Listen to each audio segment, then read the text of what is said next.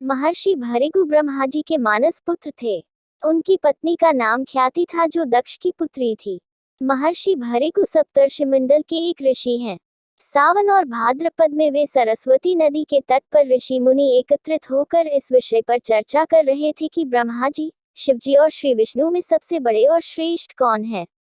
इसका कोई निष्कर्ष न निकलता देख उन्होंने त्रिदेवों की परीक्षा लेने का निश्चय किया और ब्रह्मा जी के मानस पुत्र महर्षि भृगु को इस कार्य के लिए नियुक्त किया। महर्षि भृगु सर्वप्रथम ब्रह्मा जी के पास गए। उन्होंने न तो प्रणाम किया और न ही उनकी स्तुति की। यह देख ब्रह्मा जी क्रोधित हो गए। क्रोध की अधिकता से उनका मुख लाल हो गया, आंखों में अंगारे दहकने लगे। लेकिन फिर यह सोचकर कि ये उनके पुत्र हैं, वहां से महर्षि भृगु कैलाश गए।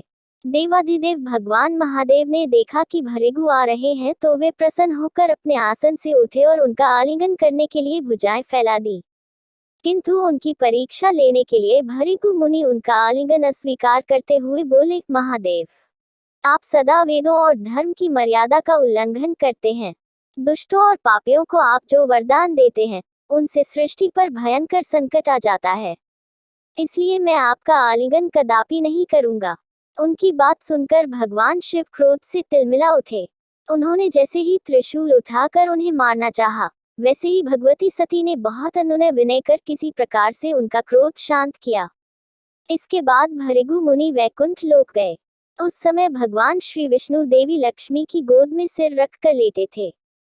भृगु ने जाते ही उनके वक्ष पर एक तेज लात मारी। भक्त वत्सल भगवान विष्णु शीघ्र ही अपने आसन से उठ खड़े हुए और उन्हें प्रणाम करके उनके चरण सहलाते हुए बोले, भगवान, आपके पैर पर चोट तो नहीं लगी? कृपया इस आसन पर विश्राम कीजिए। भगवान, मुझे आपके शुभ आगमन का ज्ञान न था, इसलिए मैं आपका स्वागत नहीं कर सका। आपके चरणों का स्पर्श तीर्थों को पवित्र करने वाला है। आपके चरणों इस पर घर में धन्य हो गए। भगवान विष्णु का यह प्रेम व्यवहार देखकर महर्षि भृगु की आंखों से आंसू बहने लगे। उसके बाद वे ऋषि मुनियों के पास लौट आए और ब्रह्मा जी, शिवजी और श्री विष्णु के यहाँ के सभी अनुभव विस्तार से कह बताया। उनके अनुभव सुनकर सभी ऋषि मुनि बड़े हैरान हुए और उनके सभी संदेह दूर हो गए। तभी से वे भगवान विष्णु को सर्वश्रेष्ठ मानकर उनकी पूजा अर्चना करने लगे।